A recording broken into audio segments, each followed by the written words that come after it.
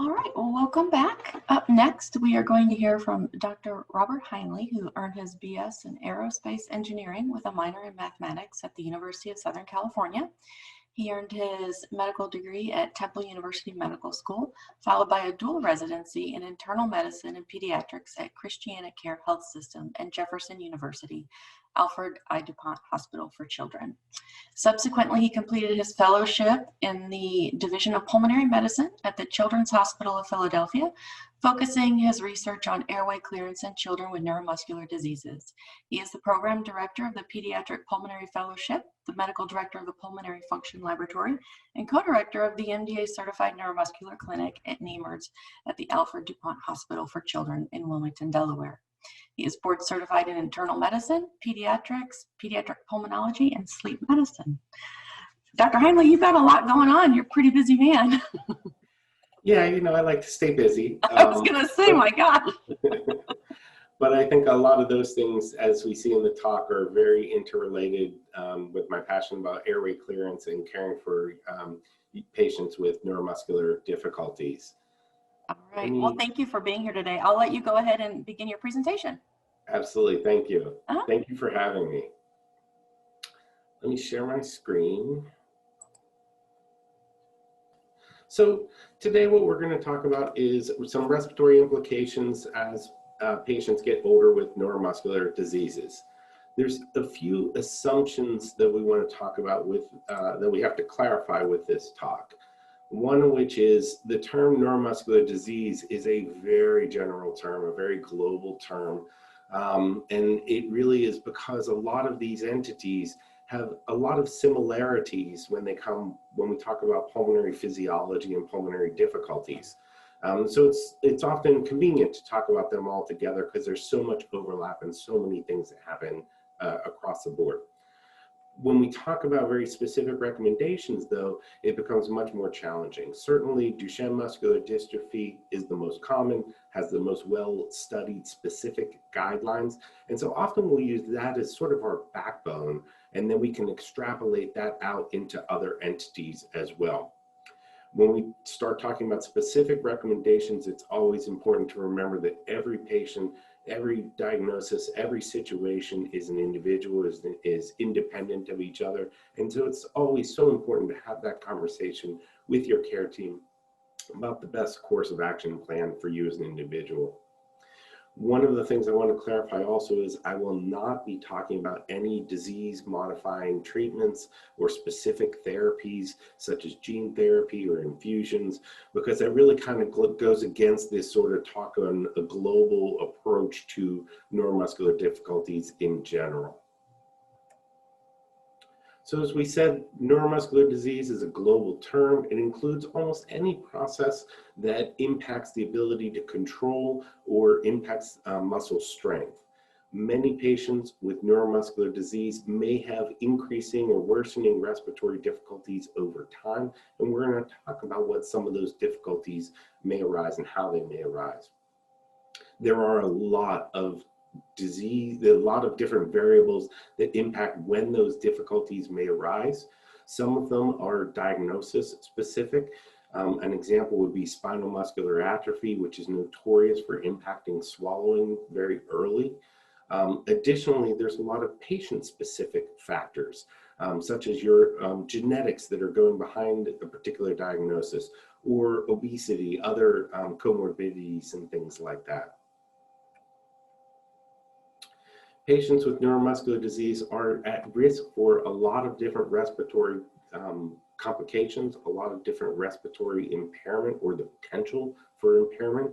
And this happens as the respiratory muscle strength becomes more weak over time. There's a lot of different aspects of the body or a lot of different areas that can be impacted by that. And we're going to go through some of those more specifically. How I sort of broke this up is we'll sort of talk about the physiology of why muscle weakness may be impairing some of these aspects of our life, aspects of our care. We'll talk about how we do testing to determine whether it may or may not be time for, or there may or may not be an increased risk at this time. And then we'll talk about potential therapies and interventions that we can do. And I sort of broke each of them out into those three sort of categories. Some of the things we're going to talk about are swallowing difficulties, curvature of the spine. We're going to talk about, as a group, airway clearance and potential areas of collapse in the lungs, because those things are all often related to each other. And then we'll talk about supporting respirations during sleep and even during the day as muscles may become more profoundly weak. Swallowing physiology, a lot of us don't even think about it. Again, it's actually a very coordinated procedure. There's up to 50 different pairs of muscles that let us safely swallow. What happens is the muscles in our oropharynx, the muscles in our mouth, I don't know, I think you can see on my mouse, the muscles in our mouth control and form a small little bolus or ball of food and liquid. And at that time, we can still breathe. We're breathing in through our nose, as this blue arrow shows. It goes down into our airway. As we start swallowing, we hand off that small ball of food across our back from our mouth into our larynx. And again, at that time, we close off our airway. You can see how the epiglottis, this area of tissue swinging up in the back of the throat here, folds over and actually closes off completely the upper airway. It's sort of like a trap door that covers over that. The food and liquid then passes behind the airway and goes into the esophagus. And then as those muscles hand it further and further down the esophagus, the epiglottis pops back open, the airway opens back up, and we can start breathing again. When there's a difficulty with that mechanism, food or liquid may actually slip past that trap door, and anything that goes below the epiglottis, so below that sort of trap door in there above the airway, but stays above the vocal cords. So it's that little triangle of area there at the top of the airway and below the epiglottis. Anything that gets into that area would be considered penetration. And then if it leaks below the vocal cords, at that point it would be considered aspiration. Some of you may have heard some of those terms, and a lot of people don't have an understanding between the two. And a lot of times people say, well, there was no aspiration, so everything was okay. But you have to understand penetration is already an abnormal swallow, because you got out of that normal area going down into the esophagus, you got into the top of the airway, and you're already past that first barrier of the epiglottis. When any food or liquid gets into that area, we have a very strong cough reflex that happens there. So coughing, choking, respiratory distress. Sometimes people who have difficulty swallowing will have pneumonia as well. And we've all had water go down the wrong pipe. That's what it feels like, but it happens on a more regular basis. And the reason for those symptoms is because the highest concentration of cough receptors in the body are in that little triangle of area. The body wants to identify any minimal secretions that get into that area, because at that point you can stop any consequences by a simple cough and clearing it into the other side, going down the esophagus and getting it out of the airway. When there are lots of secretions that go into that area, or when it's happening consistently over time, day in and day out, the body may downregulate some of those receptors in that area. So when somebody has had difficulty with swallowing over time or for a prolonged period of time, the symptoms may actually get better and better, even if the actual control of swallowing is either the same or even worsening over time. So that improvement in symptoms, or our ability to rely on those symptoms, gets worse over time, gets less and less accurate over time. And so how do we know whether there's still something going on? Is we would get a test to look for that. That would be a video fluoroscopic swallow study, also known as a modified barium swallow. It's indicated for any patient with a neuromuscular disease who's having clinical symptoms of swallowing, coughing, choking, sputtering. Some parents will call it a raspy breathing or a purring to their breathing that changes when they're eating and drinking. Those would all be suspicious symptoms that may warrant a swallow study. And again, having those symptoms once, everybody has had water go down the wrong pipe before. So having those symptoms once is not particularly concerning. When I start hearing about things that are happening on a daily basis or even a weekly basis, that's when I start getting more concerned. The modified barium swallow is indicated for anybody with those symptoms, but it can also be indicated for anybody who's at particularly high risk. We mentioned spinal muscular atrophy before. It is notorious for impacting those muscles that control swallowing safely. And so with more severe spinal muscular atrophy, the children that are not able to sit independently, we often will get a swallow study shortly after diagnosis to make sure everything is still safe. When I order this study, I always order it with speech therapy. You can get it just at the radiology study, or you can get it with speech therapy. I almost universally order it with speech therapy. And the advantage in that is it can be both diagnostic and therapeutic at that time. The speech therapist may see things and make recommendations on pacing, technique, positioning, textures that may be safe to still continue to swallow all of our nutrition by mouth. And so it can be both diagnostic and therapeutic at that time.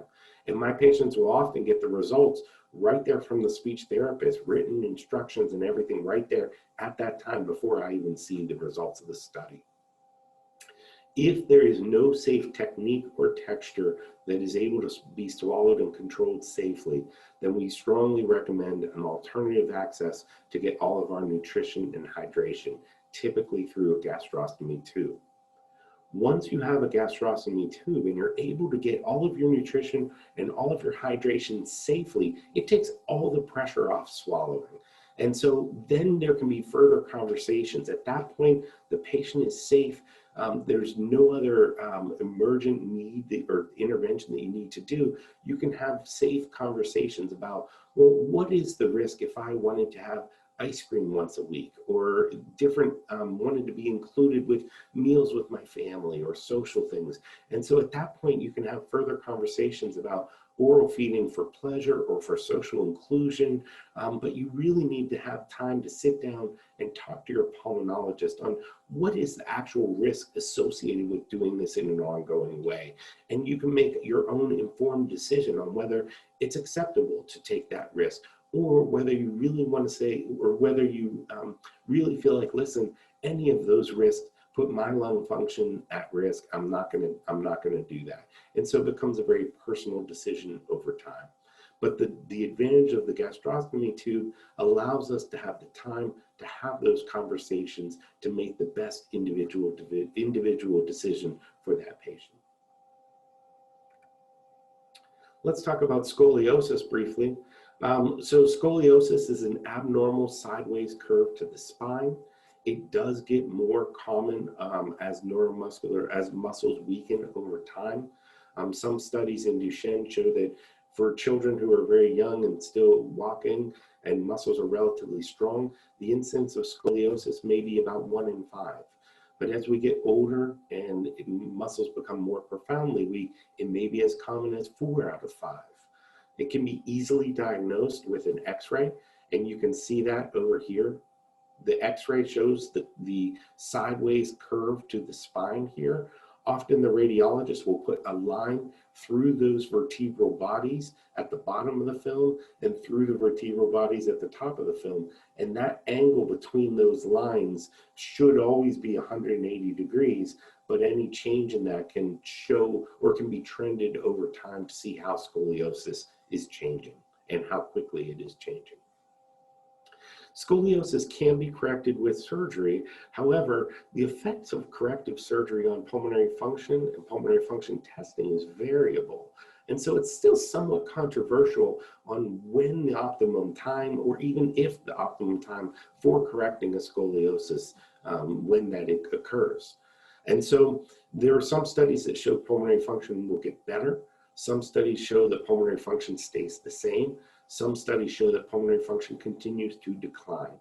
And so it's important to have, again, a clear conversation with the orthopedic surgeon, with the pulmonologist. What are our goals of this intervention? What are we expecting from that intervention? What are the odds that we will get that expectation that we're looking for? And it's important to have those conversations well in advance of surgery. So let's talk about respiratory physiology. We're going to lump a lot of the other things together clearing secretions, coughing effectively, the breathing during sleep. We're going to sort of lump those together because they are much more related to each other. When we talk about respiratory physiology, the respiratory system really goes from your brain all the way down to the air sacs. And so it includes the respiratory controller in the brain. It includes the muscles of respiration in the chest wall and diaphragm, and it includes where the actual oxygen goes in and carbon dioxide goes out, down in the deep air sacs within the lungs. When we talk about neuromuscular disease, in most instances, there's almost no impact on the respiratory control center, and there's almost no impact on the gas exchange itself. The main impact of neuromuscular weakness occurs on the muscles of respiration, the diaphragm, the chest wall, and such. The diaphragm is the main muscle of respiration. It's the main inspiratory muscle. So when we're talking about breathing, we breathe in. The diaphragm is this arched muscle at the bottom, separating the chest from the abdomen. And then as it contracts, it's basically a piston that pulls air into the lungs. And then the lungs have a natural recoil. The lungs are sort of like a balloon, and they're sort of vacuumed up against the chest wall. And so as long as that chest wall is intact, the lungs stay up right up against that chest wall. But their natural tendency is, just like a balloon, is to deflate and collapse completely. And so when the piston drives, the diaphragm drives down, it sucks air into the lungs, it inflates that balloon, and then the muscles can just relax, and the elastic recoil in the lungs will just collapse everything down. So inspiration is active with the muscles, and expiration tends to be passive and just relaxing. In addition to the diaphragm, there's a lot of muscles in between all of these ribs called intercostal muscles. Those are much smaller muscles. Those muscles are more prone to fatigue. Those muscles are more prone to muscle weakness over time as well. As muscles become more weak, there may be a new resting point that the lungs go to. There's a balance between the muscles holding the chest wall open and the lungs trying to collapse down. And so there's a natural sort of balance point, almost like a spring, that are holding everything open. But as those muscles of the chest wall become more weak, the natural resting place may be at a lower lung volume. And that's important for a couple of reasons. One is that decreasing resting state of the lungs may promote smaller areas of the lungs to collapse. And so particularly during the bases, it's not uncommon to see small areas that are collapsed down. Again, they are not collapsed down permanently. At any time that you take a deep inspiration, they likely pop right back open. But if you go to that lower respiratory state, they sort of collapse down a little bit. Those small areas of collapse are also more prone to holding on to mucus. And so you may get a buildup of mucus as well. When you have mucus and areas of collapse in the lung, the oxygen is not going to those air sacs that we talked about. Even if the air sacs are perfectly healthy, because they're now collapsed down, because there's now mucus in those areas, you're not able to get the oxygen from the air into the bloodstream as well. And you may see changes in oxygen level as well. So how does the body respond to that? How does the body prevent that from happening and occurring over time? And one of the main mechanisms is coughing. The cough is actually a really good thing. Pulmonologists love coughing because it prevents complications. It's one of the body's best protective mechanisms. It protects the lower airways from respiratory tract infections, and it helps us clear out those secretions and open up those areas of the lungs that we were talking about. The cough is actually a very complex maneuver. We take a deep inspiration, about 75 to 85% of our total lung volume.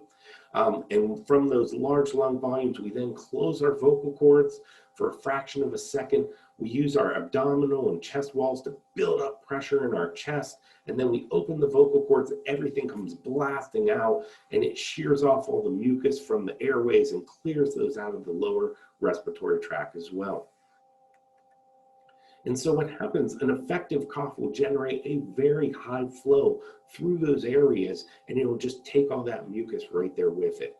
What we're looking at here is a spirometry where there's flow on the up and down axis and volume on the horizontal axis.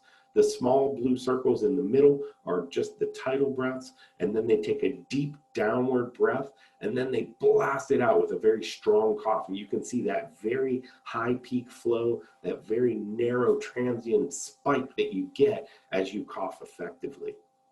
The respiratory muscles, the ability to control the vocal cords, the compliance and diameter of the airways are all factors that can influence the effectiveness of the cough. Neuromuscular disease may impact all three phases of the cough.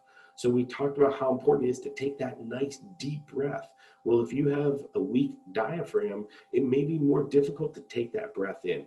If your deepest breath, we talked about how the pulmonary function testing may decrease over time. If your deepest breath is only 40 or 30% of what we would predict, then it's much harder to get air down to the deep parts of the lungs. If you're not taking a deep breath, then that elastic recoil of the lungs is not helping us as much. When we're at a large lung volume, the lungs are really pulling in, trying to collapse, and that can help clear out those secretions and increase that flow. But if we're at a smaller lung volumes, the lungs are not assisting us as much. And the other thing is the diameter of those airways when we're at those lower lung volumes may be too narrow that it's harder to get air, it's harder to get mucus through a straw versus a garden hose. If we have difficulty with strength or coordination of our vocal cords, it gets very difficult to generate pressures in our lungs. So again, that if it's not sealing completely, if we have a tracheostomy, then that compressive phase and building up that high pressure in the lungs may not be as effective. And finally, if we have any kind of muscle difficulties with our abdomen or our chest wall, we may not be able to generate those high pressures in the lungs during the expulsive phase. And so we may not be able to, again, shear off as much mucus there. So all three phases of cough have the potential to be impacted by neuromuscular difficulties. So how do we figure out who might be having these things or not? Thankfully, most young adults with neuromuscular difficulties are really healthy for the majority of their life. Again, they're not coming in and out of the hospital. How do we predict who might have that in the next year or 2 years? And the main way we do that is with pulmonary function testing. We can begin pulmonary function testing at a relatively young age, somewhere between 4 to 6 years of age. Now, often the first few tests are very unreliable because kids may not be able to do the techniques perfectly to give us the best numbers that we need or the most reliable numbers.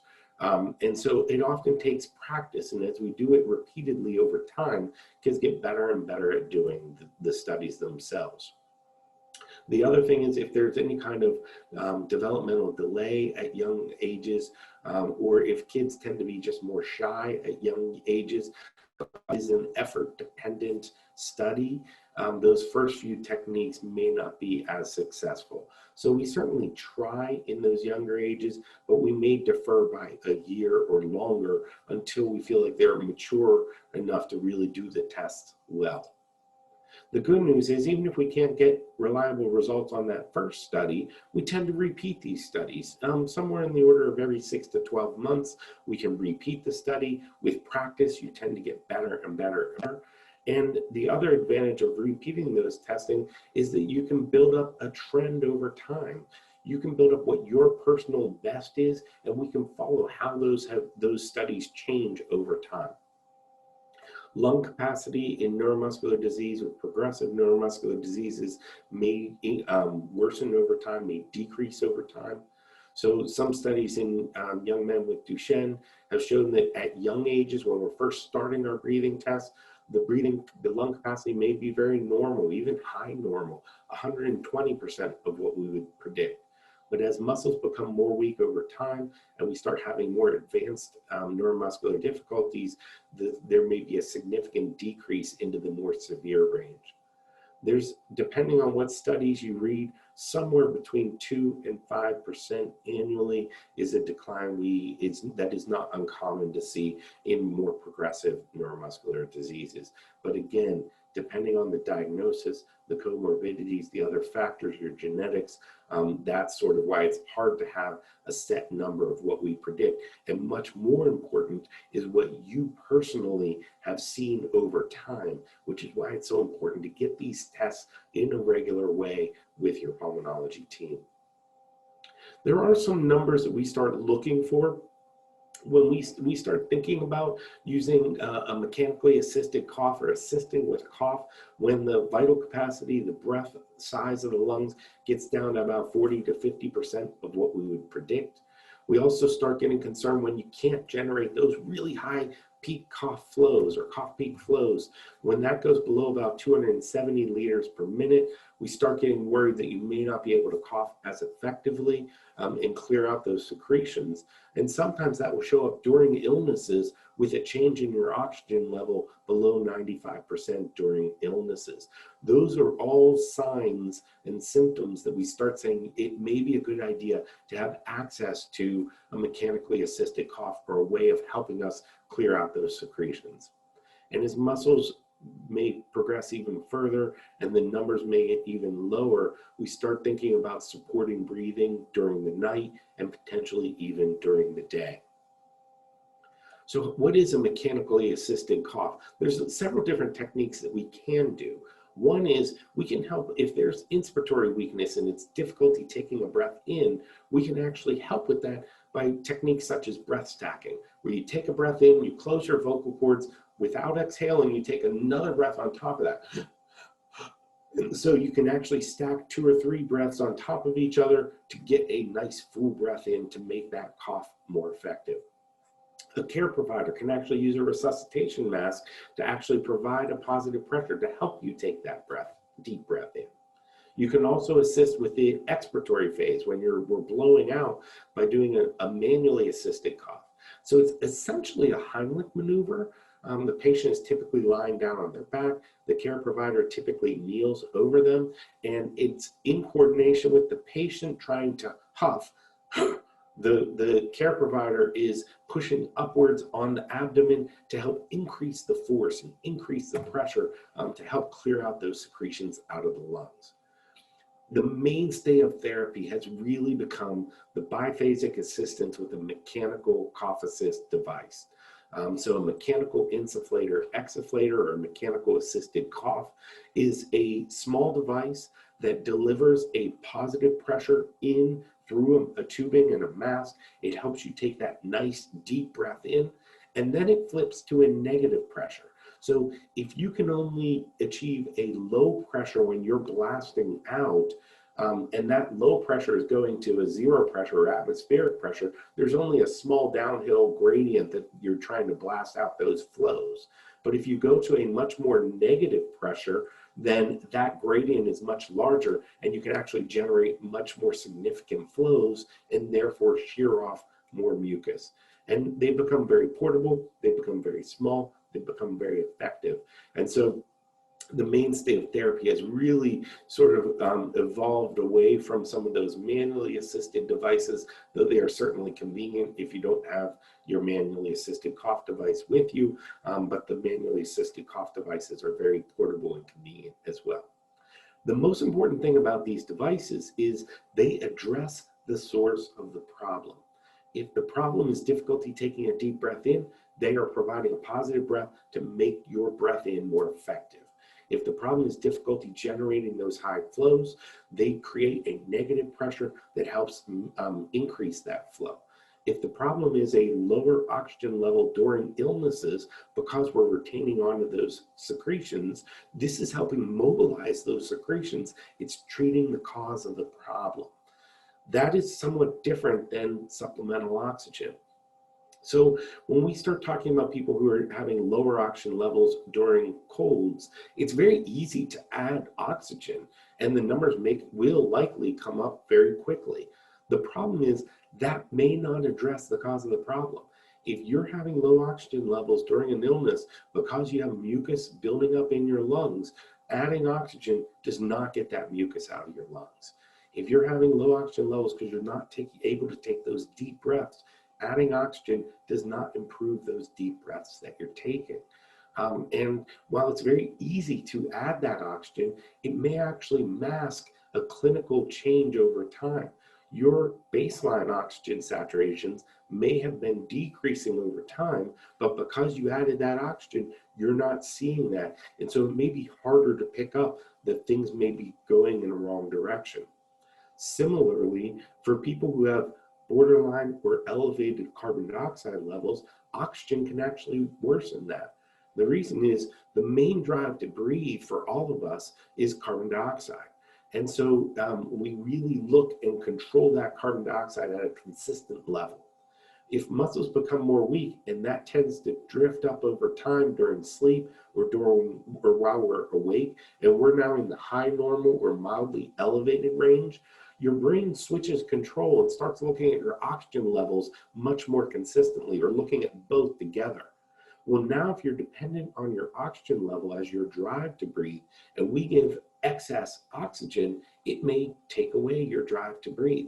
That carbon dioxide level that was already a little bit elevated may elevate even further, because now we're not taking as many breaths because we gave the patient all of this oxygen.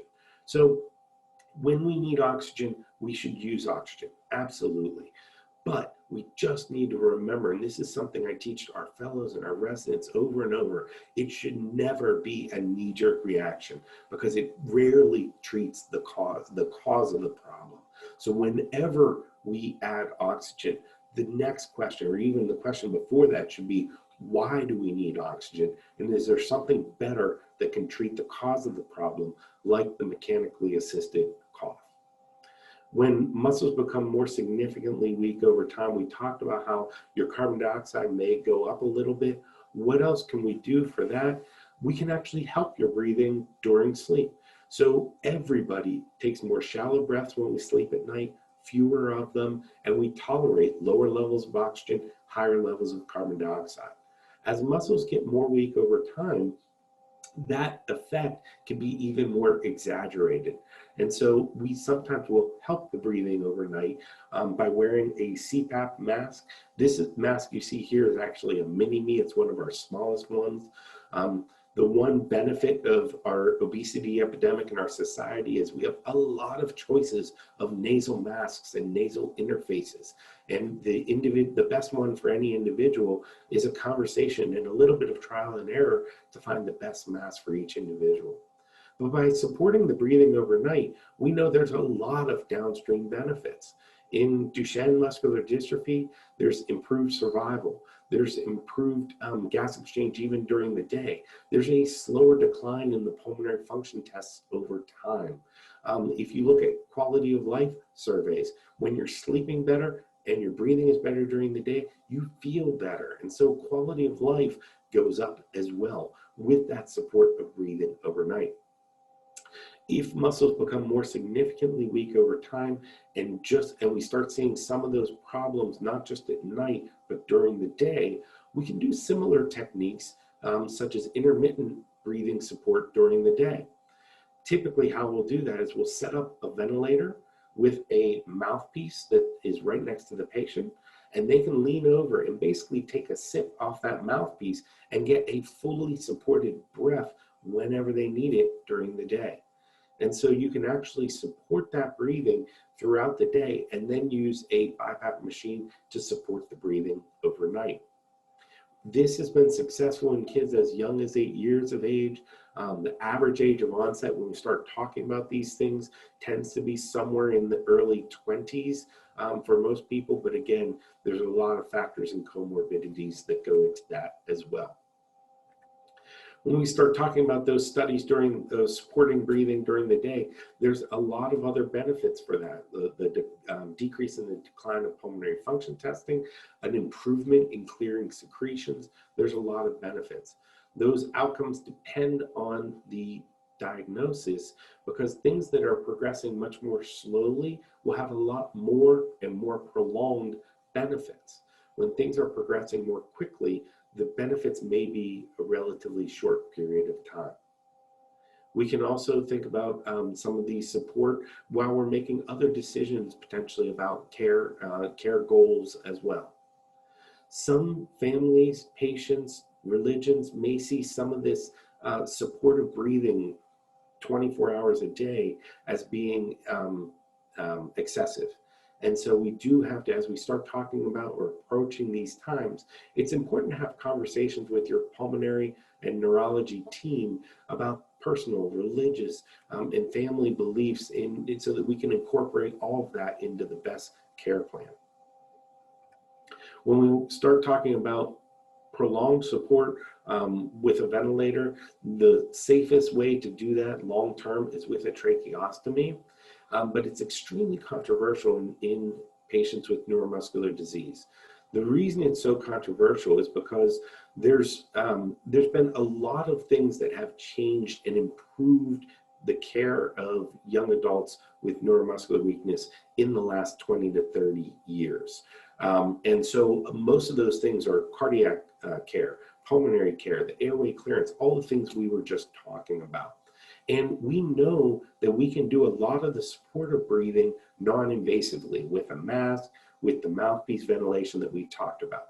So most experts really recommend a prolonged period of time with non-invasive ventilation before you really talk about, or not talk about, you should always be talking about it, but before you really have to make a decision about a tracheostomy. Certainly the best care comes when there's good, repeated communication over time with your care team, including neurology, pulmonary, palliative and supportive care. And it's so important to have those clear conversations in advance of when you have to make decisions, so during periods of wellness. Two last quick slides. One, infection prevention. Vaccinations are an important way to stay healthy. We always recommend an annual influenza vaccine. And after the age of 2, we recommend getting the pneumovax or pneumococcal vaccine as well. And one last consideration regarding surgery. Again, anesthesia teams need to be aware of possible reactions to some of the common anesthetics. For example, malignant hypothermia-like reactions that can happen with Duchenne, with some of the inhaled medicines. The care team that is going to be taking care of a patient after surgery needs to be aware of the potential for non-invasive ventilation and airway clearance, particularly as some of those respiratory pulmonary function tests we had talked about, as those get lower over time. And certainly we should have a low threshold to come out of surgery and go right on to non-invasive ventilation, particularly for prolonged surgeries or for patients that are have more weakness over time. Incentive spirometry, which is often a mainstay of surgical recovery, is really not recommended in neuromuscular disease because the muscle strength may not be there to get the benefits from the incentive spirometry. And you hear this trend, I've said it several times during this study, this talk rather, the most important thing is the clear communication between the teams, the family, the patient, anesthesia, neurology, pulmonology, the surgery, get everybody on board in advance so that you have a clear, well thought out plan of care for afterward. So in summary, we talked about, while respiratory function may decline over time, there are many interventions that we can put in place that really minimize or slow down this impact. Routine testing, in addition to putting that together with symptoms, really guides the appropriate interventions over time. So it's very important when your providers say we need pulmonary function tests, we need sleep study, to go and get those things because it has real tangible results and impact on your life. The most important resource is clear communication with your care team about the future, about possible risks, interventions, and all of your goals of care. And remember the silver lining, one of the things that we talked about at the beginning. This talk excluded all of the diagnosis-specific disease-modifying therapies, the infusions, the gene therapies, and things like that. All of those studies that I talked about the natural progression over time, predated the dramatic options that are now available that came out in the last 5 years. This is an extraordinarily exciting time to be a part of the care of young adults with neuromuscular difficulties, because we have options now that we have never had before. And all those studies that I've sort of quoted and referenced need to be repeated on these disease modifying therapies because those previous guidelines and those previous trends and progressions may not be accurate anymore because of these newer therapies. And I think that's my last slide. I just sent my references as well, but are there any questions or concerns? Thank you, Dr. Heinle. That was very informative. Yes, we do actually have a question. Do you suggest using the cough assist daily to strengthen lung function even when it's not needed? So that's a great question. There are different schools of thought. So let me tell you what I know and what I think about. So what do I know? Does it strengthen lungs? We have no evidence that it actually strengthens your lungs in any way. Do I recommend it? Absolutely.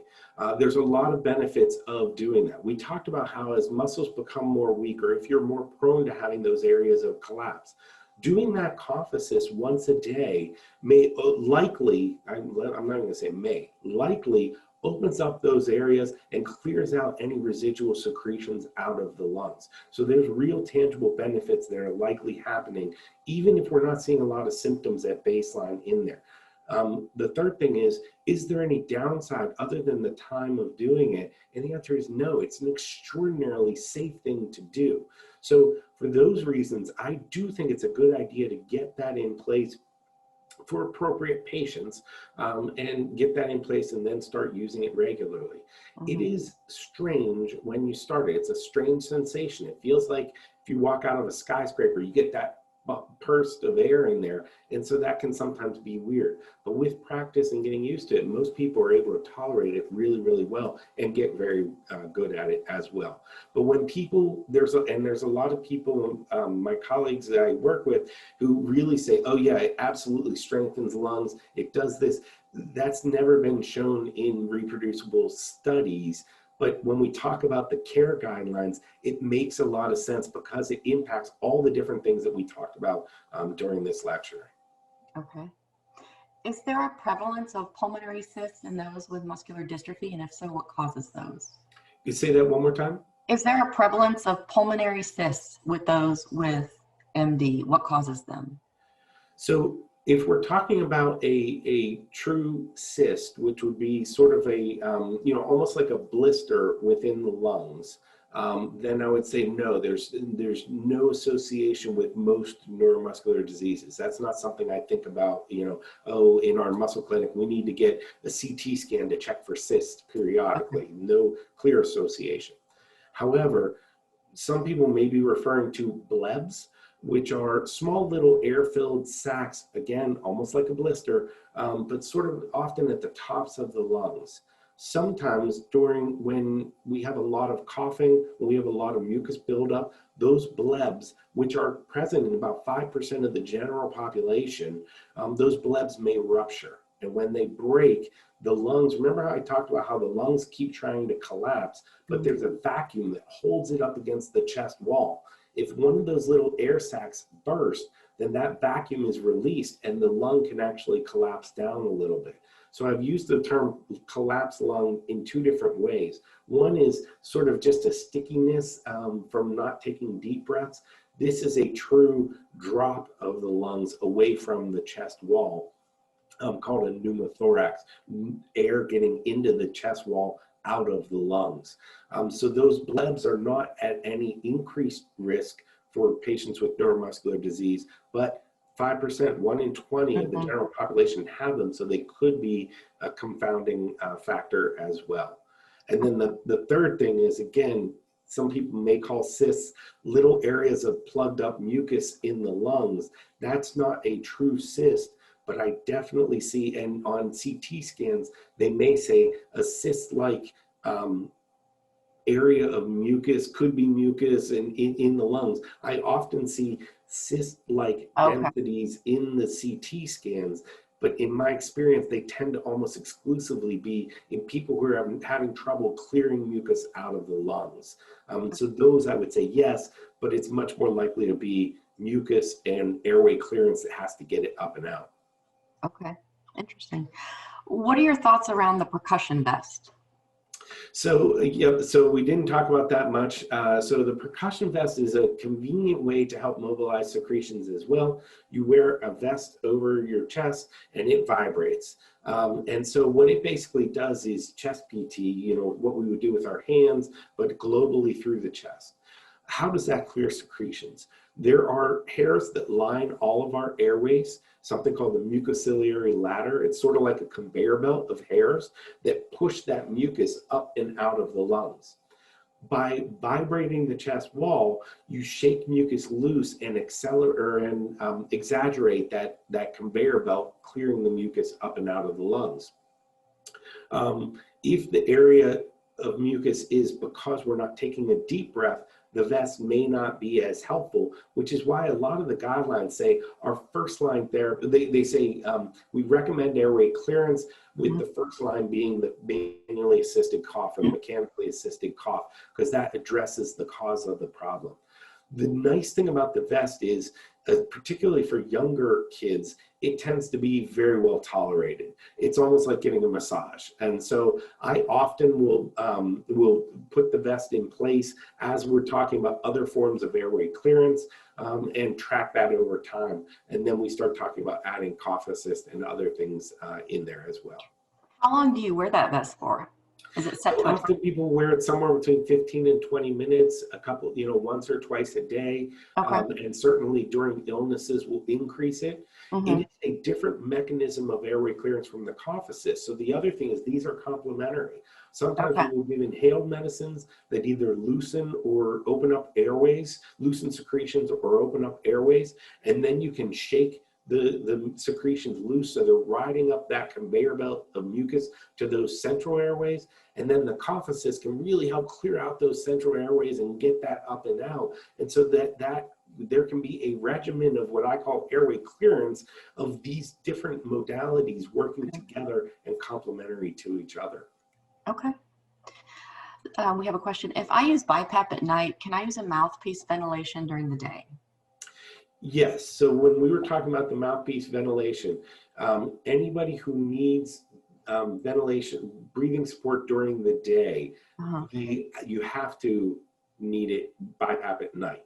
The reason is we talked about how we hand off control of breathing from the awake part of the brain down to the brainstem for everybody. We all take more shallow breaths, fewer of them. We all tolerate lower levels of oxygen, higher levels of carbon dioxide. So if you have any impairment during the day that needs support, you would definitely need BiPAP at night. Having BiPAP at night does not mean that you need something during the day. And your team can do some of the measurements with us, the pulmonary function tests, baseline oxygen levels, certainly monitoring carbon dioxide levels. And if those are changing while you're awake, then you certainly should be considering some kind of support during the day. If you do the mouthpiece, again, mouthpiece ventilation during the day, you have to have some kind of BiPAP overnight to make sure that you're doing the breathing all day long. Okay. How many times may one's esophagus be stretched? You know what, that's a great question that I'm going to defer. Okay. For this reason. There's a lot of different reasons that you could have a narrowing in the esophagus. And I know that is certainly a technique that we can do. The gastroenterologist, the GI doctor will put a tube into that area, inflate a balloon that will stretch things open. I know that you get varying effect and varying duration after doing that kind of technique. But I would defer to your gastroenterology team as to how often and when you can do that. Okay. I do not see anything else between the two boxes that people have typed in any questions. So thank you very much for your time today. Absolutely. Thank you. Let me know if there's anything I can do. And thank you so much for having me today. Thank you.